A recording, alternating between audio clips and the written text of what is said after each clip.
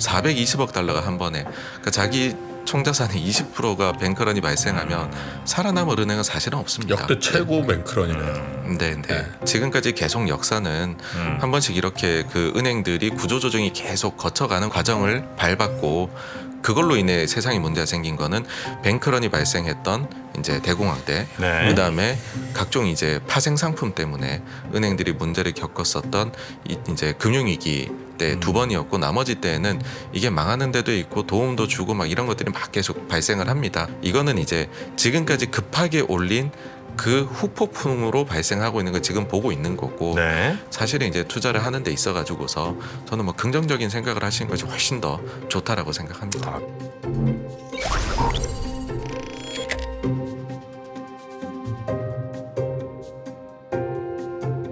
자, 그러면 예.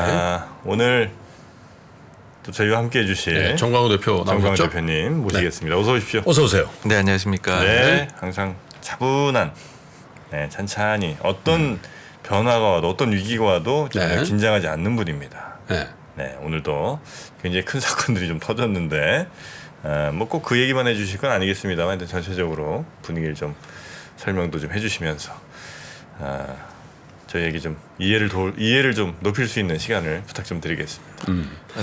실리콘밸리 좀 해볼까요? 어떻게 네, 보고 네. 계시는지요? 네. 매니저 입장에서? 일단은 뭐 이거는 연준하고 그다음 재무부에서 개입을 할 수밖에 없는 문제이다. 라고 생각을 하고요. 그러니까는 일단 파월 의장의 지금 이제 파월 연준 의장의 경우에는 이미 과거의 경험이 있습니다.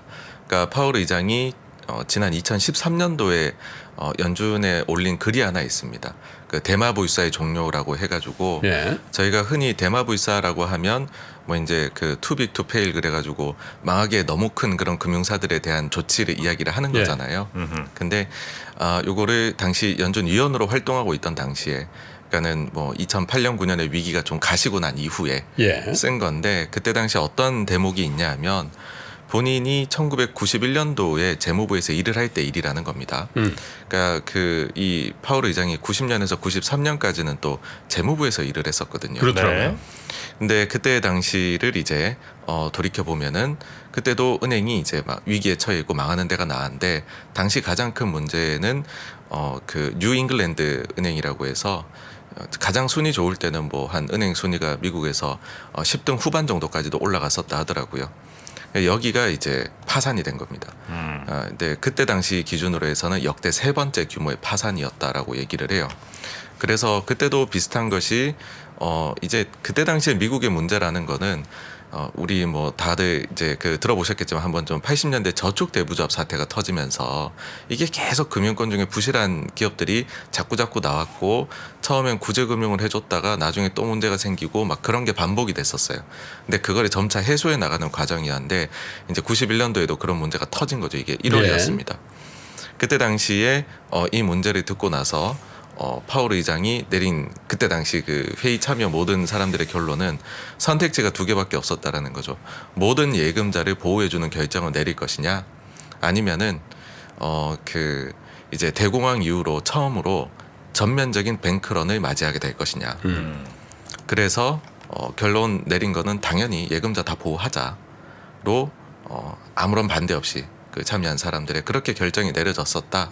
라고 이제, 그러니까는 여기서 드리고 싶은 이야기는 뭐냐 하면, 이런 일이 발생을 하면 당시에도 손실이 너무 많이 나고 그걸 알아차린 예금자들의 뱅크런이 있었고, 그러다 보니 갑자기 돈이 메마르고 없으니까는 엎어져 버린 거거든요. 예. 그러니까 지금하고 사태가 굉장히 비슷하고 그때 당시에 적극적인 개입이 있었다라는 것이고요.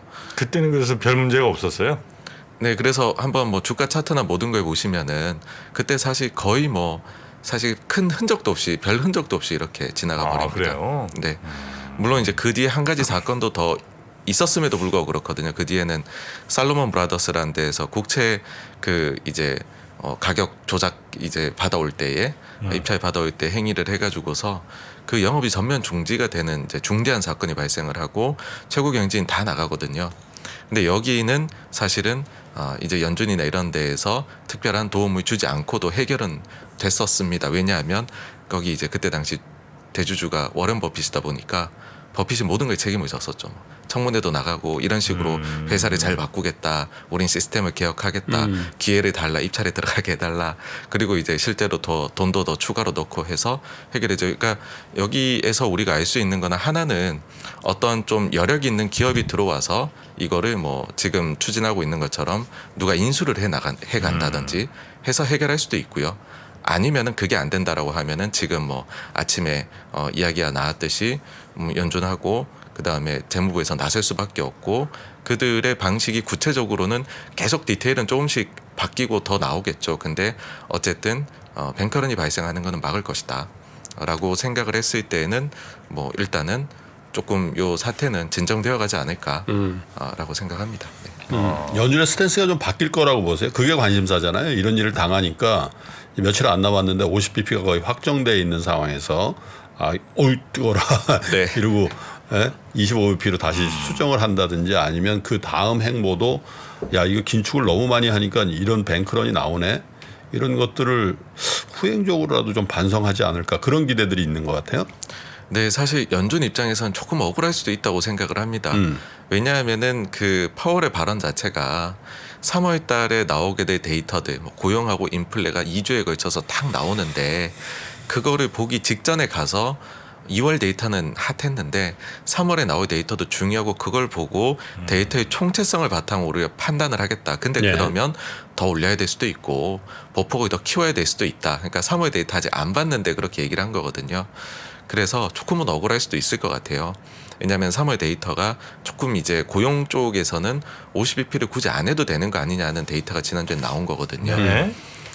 그러다 보니까는 연준 입장에서 사실은 이미 시장에서도 금리가 이틀 사이에 거의 한 50bp 가까이 시중금리가 빠졌습니다.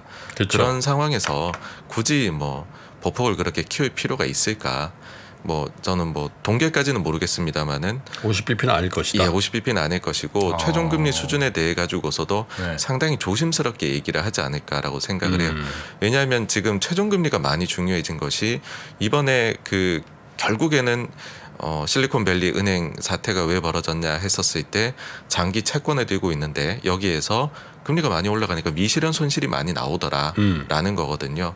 그러면은 뭐 앞서도 말씀해 주셨지만은 이 장기 채권 지금 은행들 들어가서 다 하나씩 만기가 얼마 남았는지 한번 보게 되면은요. 네. 가령 예를 들어보면 SBB 같은 경우에는 그 저기 만기 보유 금융자산 기준으로 해서는 10년 이상 남은 거가 차지한 비중이 95%가 넘습니다. 그러니까는 초장기물을 샀군요. 예. 그러니까 이 은행에 지금 에셋을 다른 데서 사간다라는 거는 이 포트폴리오를 사간다는 거는 언젠가는 금리가 내려갈 거고 그걸 난 지금 좀 싸게 사는 거야 이런 그렇죠. 관점이 되는 것이거든요. 그렇게 봤었을 때에 만약에 뭐 이 롱텀하게 금리 수준을 계속 이제 높을 거야라고 이야기하는 거는 이것도 부담이 될 수 있을 것 같거든요. 그래서 조금 요거는 비둘기적인 멘트가 나올 수밖에 없지 않을까라고 생각을 하고요. 그리고 방금 말씀드린 그 만기 보유 금융자산에 대해서 조금 더 말씀드리면 한 가지 이제 여러분들께서 요거를 보실 때 뭐 언론에서도 자극적으로 나오겠지만은 네. 좀 사람들이 착각하게 만드는 수치가 있을 거예요.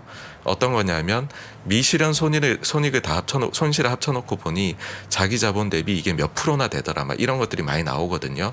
근데 이게 두 가지 기준을 지금 보니까 사용하시더라고요.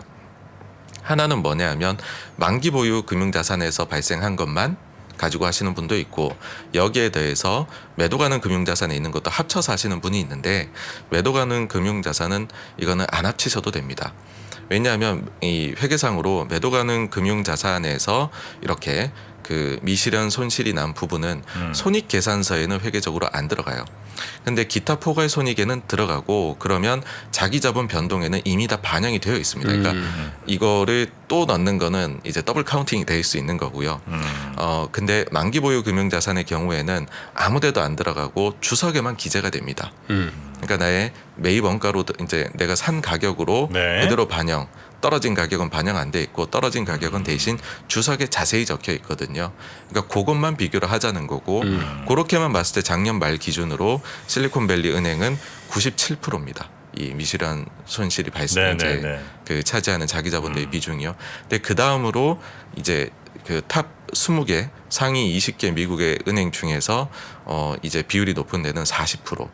그 다음에 그 밑으로 쭉 떨어지고 제로 이런 데도 있습니다. 그래서 금리를 굉장히 빠르게 올려왔는데 그 다음 높은 데는 40%이고 그리고 또 한 가지 말씀드리자면 이번에 이걸 보면서 사람들이 놀란 거는 실리콘밸리 은행의 경우에는 보통 이런 채권 같은 걸 사면 옵션으로 해지를 하거든요. 이자율 수합을 한다든지 이런 걸 해야 되는데 없었습니다. 그게. 그러니까 그것도 굉장히 놀라운 일이었거든요. 들어가서 보니까는 그런 관련된 계약을 맺어놓은 게 주석 사항에는 없는 것이죠. 그러니까 완전히 배팅을 해놓고 있었던 것이고요. 그 초장기 채권에 네, 그렇습니다. 네. 근데 나머지 은행들의 경우에는 옵션을 많이 이미 이 이자율 수합이나 이런 것들을 걸어놨어요? 이건 너무 당연한 거거든요, 사실은요. 해두었기 때문에 뭐 그만큼의 미실현 손실만큼 바로 나오는 것도 절대 아니다. 조금 어려운 용어들이 네네. 많이 나오잖아요. 정리 좀 해주세요. 이제 은행에서 그 유가증권 투자, 특히 채권 투자를 할 때 두 가지 계정 처리를 합니다. 하나는 이 채권을 할 때 이건 우리 만기 보유할 거예요. 이렇게 만기 보유하면 그 기간 중에 있는 플럭추에이션에 대해서는 재무제표 반영 안 한다는 거죠.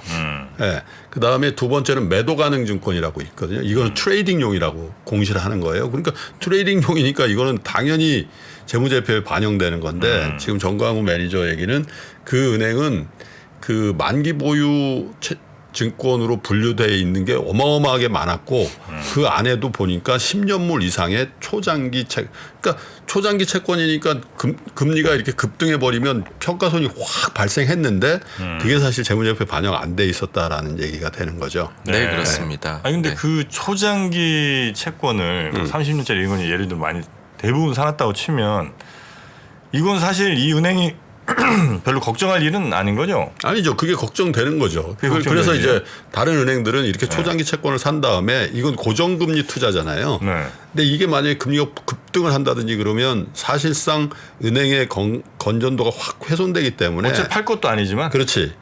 아니 그런데 이제 예금을 달라 그럴 수가 있으면 그 은행의 재무제표가 사실상 훼손되어 있는 상태라는 걸 알고 뱅크런이 나오잖아요. 그러면 이제 초장기 금리를 투자한 다음에 아까 금리 수합이라는 게 IRS를 얘기하는 거거든요. 그게 이런 IRS를 통해서 변동 금리로 자기가 투자할 수 있게끔 해놓는 수합 같은 것들을 해놓는단 말이죠. 근데 그게 전혀 없었다는 얘기잖아요. 네, 그렇습니다. 그래서 굉장히 좀 아주 독특한 은행이다라고 뜯어보면 보일수록 그런 게 느껴졌었고요.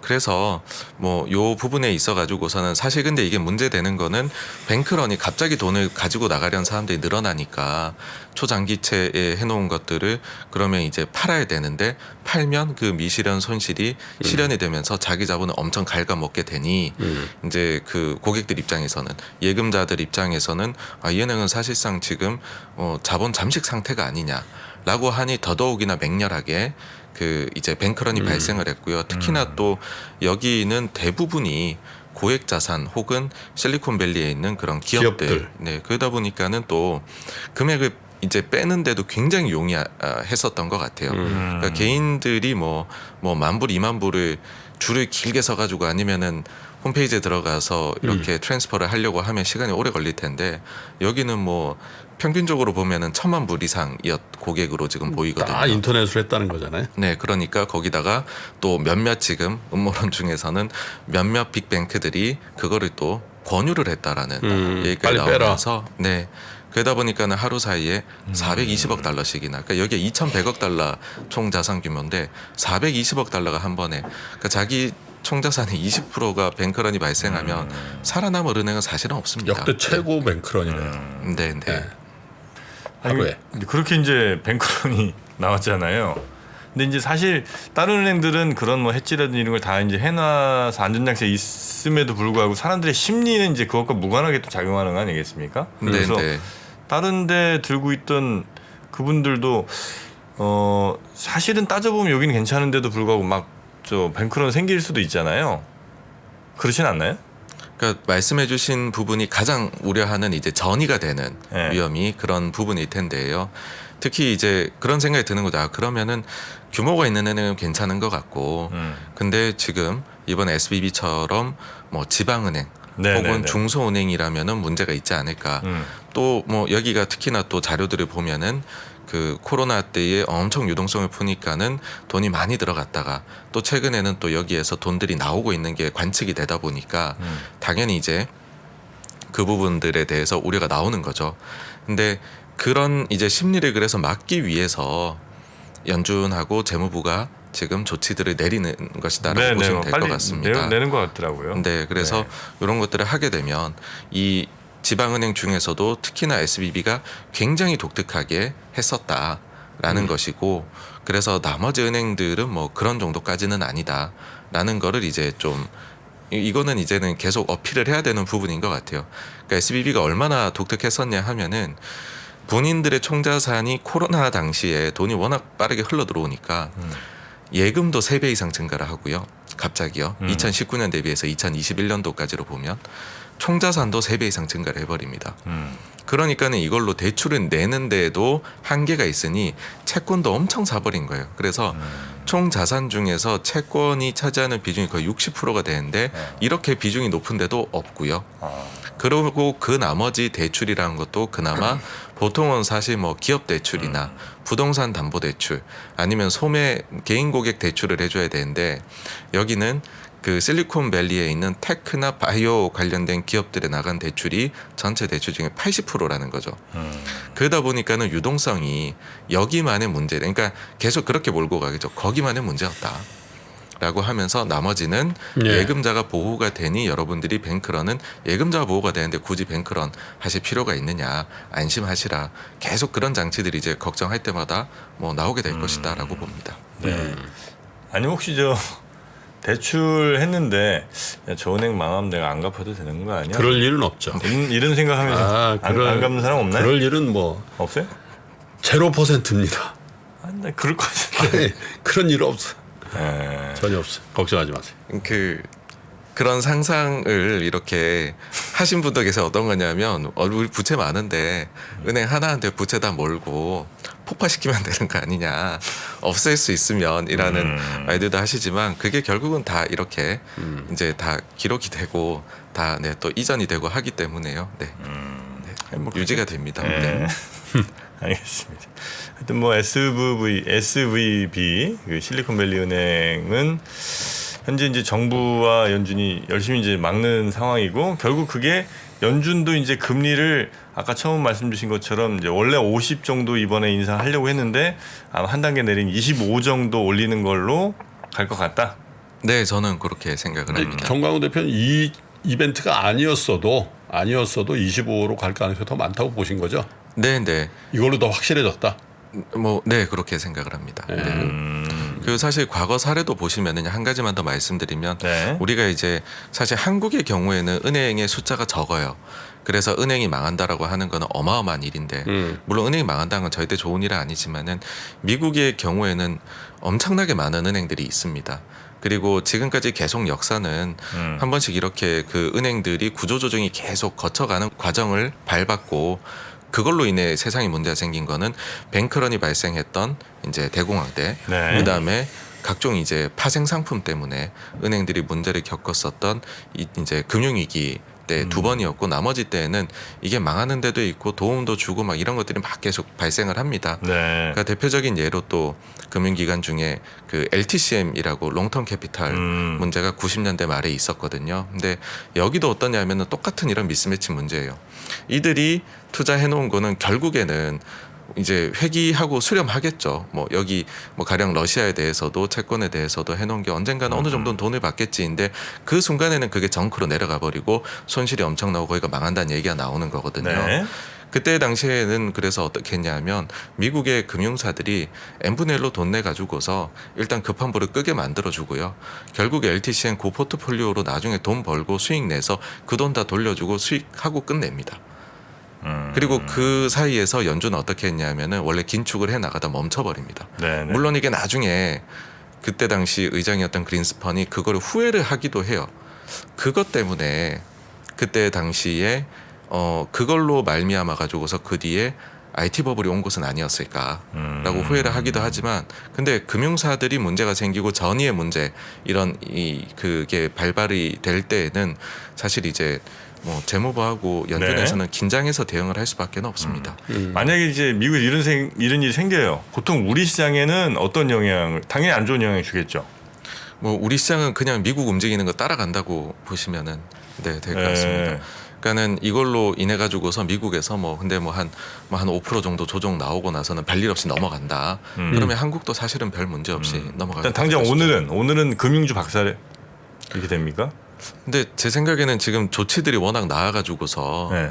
별로 그렇게 나쁘지는 않을 것 같습니다. 아 그래요? 네. 아 그 영향이 그렇게 크진 않을 가능성. 왜냐면 이제 뭐 우리 저 장전 뭐 이렇게 가격 좀 살짝 보니까 굉장히 폭이 큰 것 같아서 이건 그냥 장전에 원래는 이제 그렇게 한 번씩 장전하고 개장하면 또 다를 수가 있겠죠. 그렇겠죠. 네. 네. 그럼 이제 대체로 영향 좀 어쨌든 안 좋은 악영향일 텐데 안 좋은 게 금융 그다음에 좀 기술주들 이런 게 좀 안 좋나요?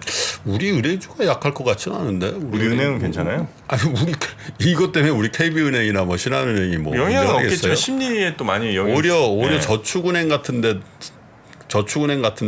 에다가 5천만 원 이상 예금해 놓은 분들은 좀 불안하겠지. 네, 이런 네. 걸 보면. 아니면 네, 이제 예를 들어 외국인 투자자들이 미국 투자자들이 불안하니까 한국 시장에서 돈 빨리 빼자 뭐 이런 건 있을 수 없어요? 네, 요번이 조금 거기까지야 뭐. 독특했었던 네, 게요. 네. 목요일, 금요일에 시장이 그렇게 좀 흔들리는데 네. 원래 그런 정도의 흔들림이 나타나면 사실은 외환시장이나 아니면 금이라든지 훨씬 더 이게 변동이 컸었어야 된다고 저는 보는데 근데 사실은 뭐 그러진 않았고 또 금요일에 보시면 빅뱅크들 중에서는 목금 사이에 이제 또 반등을 해가지고서 약간 그런 데들도 나오는 미국의 것이 빅뱅크는 올랐으니까. 네, 약간 이거는 차별화 된다. 그리고 우리는 실은요 이거랑 좀 흡사한 문제를 작년 3분기, 4분기에 이미 누구보다 강원랜드. 먼저 한번 강하게 겪었기 때문에 네, 그 문제를 워낙 다들 인지하고 지금은 계시고 있고 투자자분들도요. 그리고 조치들이 지금 계속 나오고 있는 상황이죠, 한국은. 그래서 그렇게 큰 영향은 바로 직접적으로 오기는 좀 어려울 것 같다. 네. 알겠습니다. 그리고 이 사태는 요로 정도에서 정리가 될지 아니면 아까 뭐 시그니처 은행 뭐 이런 데도 지금 뭐 파산 비슷한 게 아마 소식이 뱅크로는 뭐 간헐적으로 더 나올 가능성이 있겠죠. 좀 규모 작은 은행들 위주로. 네. 예. 근데 그게 뭐 전체적인 시장을 크게 막 훼손하거나 이렇게까지 번지지는 아마 않을 가능성이 더 무게를 두신다. 네, 그렇습니다. 저는 네. 이번이 제일 비슷한 게 이제 저축대부조합 사태하고 상당히 비슷하다라는 생각을 합니다. 그때 당시에도 부동산 쪽이 막 커지면서 관련 대출을 늘려서 저축대부조합들이 돈을 잘 벌다가 금리를 70년대에 많이 올리고 이제 80년대에 들어가면서 여기에서 이제 아이고 이게 못 견디겠다라고 쓰러진 데들이 나오기 시작을 했거든요. 그러면서 80년 중반부터 90년 초반까지 그러니까 레이건에서 부시 정부 때까지 계속해서 이쪽에다가 구조조정을 가합니다. 그래서 4,000개가 넘던 그 저축대부조합 중에서 1,000개 넘게 망합니다. 근데 생각해 보시면 그 사이에 증시나 아니면 채권 시장은 어떠했냐라고 하면은 사실 그거는 이제 시스템 리스크라고는 생각을 안 했던 것이죠. 네. 제가 강원랜드라 그랬나 봐요. 강원도에 있는 레고랜드. 네. 죄송합니다. 강원랜드. 줄여서. 강원랜드 투자자 여러분. 강원랜드는 매우 재무 건전도가 좋은 네. 회사죠. 네. 적자가 날 수가 없는. 네. 개장만 하면 흑자가 나는. 자 그러면 이런 사실은 좀 불안불안한 상황에서 투자자분들은 어떤 뭐 전략 마인드 혹은 뭐 어떤 태도를 취하시는 게 조금 더 유리할지 좀 정리를 좀 해주신다면요.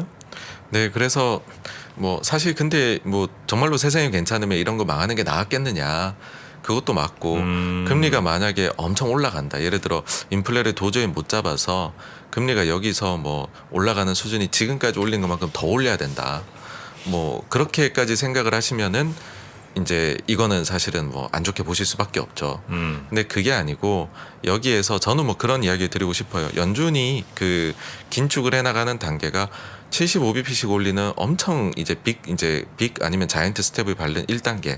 그 다음부터는 최종 금리를 찾아 나가는 이제 좀 긴축의 폭을 줄여 나가는 그 단계에 들어왔다라고 하면 그러면 그때부터는 우리가 이거는 이제 지금까지 급하게 올린 그 후폭풍으로 발생하고 있는 걸 지금 보고 있는 거고. 네. 근데 우리가 투자라는 거, 특히 주식이라는 거는 늘 이제 좀 선행하고 선행성이 제일 강한 자산이지 않습니까? 그러다 보니까는 이제 2단계로 접어들었다는 거에 대해 가지고서 동의를 하신다라고 하면은 사실은 이제 투자를 하는 데 있어 가지고서 저는 뭐 긍정적인 생각을 하시는 것이 훨씬 더 좋다라고 생각합니다. 아, 그렇습니까? 네. 네. 자, 하여튼 오늘은 아마 시장 개장에도 아마 많은 분들이 굉장히 지금 관심을 갖고 계실 것 같습니다. 네, 오늘 좀 바쁘실 거예요. SM도 큰 뉴스가 나왔고. 근데 네. 하나만 여쭤볼게요. 이건 20며칠까지 그냥 그 뭡니까 공개 매수는 유지한다라고 얘기를 했기 때문에 15만 원에 대한 건 변동 없는 거죠? 네, 그거는 뭐 못 바꿉니다. 네. 네, 바꿀 수 없고 정말로 아주 특별한 일이 없으면은 그러니까 뭐 대표적으로는 다른 데에서 더 높은 가격으로 공개매수 들어오는 경우 그건 없는 것 네, 같고요. 그게 아니면은 사실은 이걸 또 그러니까 물릴 예를 수도 들면 없습니다. 카카오가 네. 우리 이렇게 돼서 우리 안 할게요. 뭐 낮출게요. 네. 그거는 이제 법상으로 네. 그럼 굉장히 보호를 받기 때문에 네. 이거는 그냥 이렇게 그거를 철회한다는 것은 네. 거의 불가능하다라고 보시면 됩니다. 아. 근데 왜 예비 효과가 이렇게 나쁠까요? 다만 이제 문제가 되는 거는 네. 우리가 15라고 하면 그 가격에 다 팔 수 있느냐 네. 그거는 아닌 거죠. 아, 왜냐면은 이게 몰릴 경우에 예 전량을 사주는 게 아니라 경쟁이 그러네요. 붙는 것이죠. 네 그러다 보니까는 그거 끝나면 폭 나갈 수도 있다라는 두려움. 네 그리고 실질적으로 그 가격에 내가 팔 수가 있는 게 내가 2주를 가지고 뭐 10주 가지고 있으면 그중에 6주만 15만 원을 받을 수 있고 나머지는 그대로 가지고 있어야 된다. 그 비율대로 하죠. 통상 오버부킹 비율대로 되면 합니다. 오버부킹 되면 선착순이 아니고 비율대로. 비율입니다. 예. 그러니까 네. 여기에 좀 이제 그 키를 쥐고 있는 것 중에 하나가 하이브는 그럼 여기에 참여할 거냐? 그러면 경쟁이 높아지는 거거든요. 근데 이게 아직 확실히 나온 것도 아니고 하다 보니 이수만 선생께서도 내면 어떡하나. 남아 있잖아. 그렇죠. 네. 하겠지 뭐. 근데 지금 이제 이수만 선생의 주식이 다 상당 부분이 3%인가 빼고는 다 하이브로 이미 간 거예요? 아니면 그냥 가기로만 한 거예요? 이미 다 했습니다. 갔죠? 이미 다 갔어요. 네, 결제 다 하이브 했습니다. 거예요? 네, 이미 12만 원 다 받고 이제 이수만 씨는 다 땡큐했고. 네, 네. 3점 몇 % 정도. 네. 네. 이제 그 남은 것도 넘길 거냐 아니면 이제 그거는 그러니까 이제 뭐 개장을 해봐야 알겠습니다만은 사실 이제 참 지난주 승자의 저주 할 때 사실 좀 조금 어쨌든 이거는 결론이 날 수밖에 없는 거고 감독 당국에서도 매우 강한 어조로 투명한 걸 요구했는데 네네네. 발빠르게 움직인 거잖아요 주말에. 네, 네. 근데 사실 오늘 SVB 때문에 이 기사가 많이 가려져 있는 것 같지만 사실 이게 우리 시장에는 굉장히 큰 뉴스인데.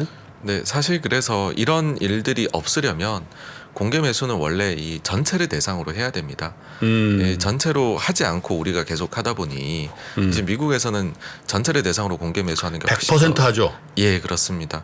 그렇게 되면 이런 고민을 할 필요가 없는 거죠. 그러네요. 그래서 이제 미국에서는 공개 매수 뜨면은 그 가격에 거의 그냥 붙어서 딱 붙어서 안 움직이거든요. 약간 이제 혹시나 무슨 변수가 발생할까 해서 그 대비 약간 낮게 가격이 형성되지 거의 붙어서 가거든요. 근데 우리는 이제 그냥 일부만 해도 되다 보니 네네. 이런 문제가 발생을 합니다. 하이브는 어쨌든 20% 먹었네, 그죠?